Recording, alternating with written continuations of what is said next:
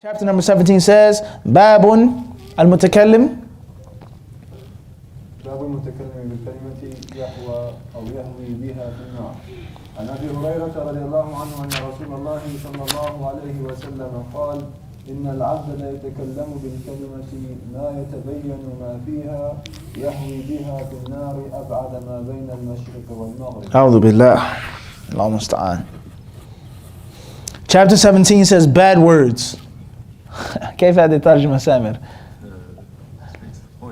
Straight to the point, huh? In Arabic it says Al-Mutakallim bil-kalima yahwi biha fin nar. It says Al-Mutakallim, somebody says something, makes a statement which will call him to fall into the fire. So the translation is a bit, it's very shabby actually. Because when you say a bad word, it's automatically thinking about a curse word, slandering someone, something like that. But it's not what's meant in the Hadith. You may say something that could be from the deen. That could be from the religion. However, how you said it, when you said it, or to who you said it to, or that what you said before or after it causes you to go to hell. But not necessarily a bad thing. Everybody understand this? So I have to be careful. Everybody understand this? You may say something of khair, what you do for other than Allah. You may have jealousy for the religion. You may have jealousy for the deen. But you say it in a heedless, careless manner, and it causes you to go to the nar. So it's not necessarily just bad words. Everybody got this? Khair inshallah, we're running out of time. We don't have the time to really get loose how we went to Abdurrahman. Khair inshallah. It says here, chapter or hadith number 2091. Abu Hurairah narrated, he said that he heard the Messenger of Allah saying, a slave may utter a word without considering its consequences. Not necessarily saying that it's a what? A bad word. But it doesn't mean that it's a bad word, but he doesn't consider the consequences of what he said. The repercussions of what he said, the effects of his words. And it will cause him to fall in the fire as far away as the distance between the east and the west. وَالْعِيَاذُ بِاللَّهِ. This obviously shows the concept of softening the heart.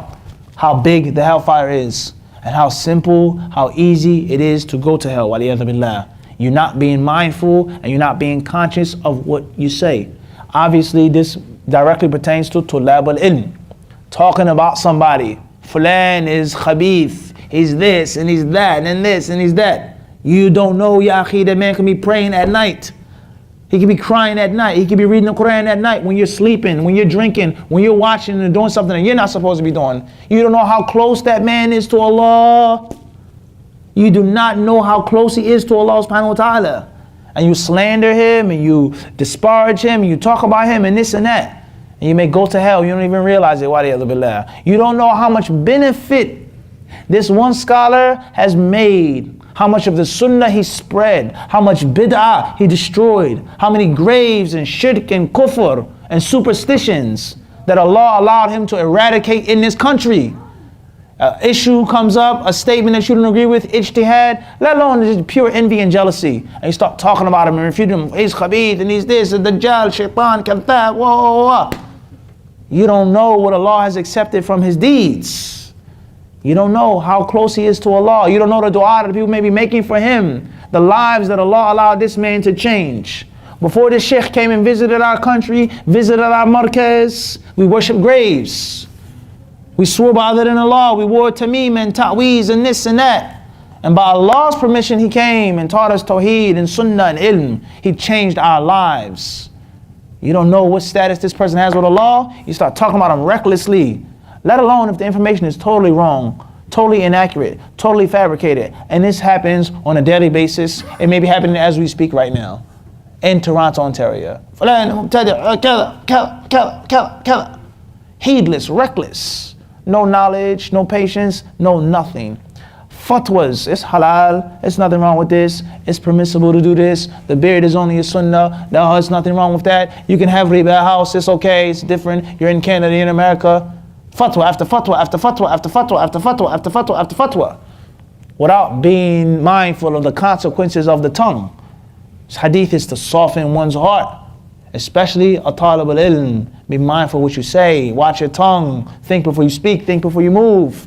Before you move that piece on that board, Think about what can happen when I pick up this piece and move it to the next square. What's going to happen? What's going to take place? Think before you move. Be mindful of what you say. How much harm has come from people, tulab al-ilm, talking recklessly. The hellfire is a reality. May Allah protect us from that place. Ameen.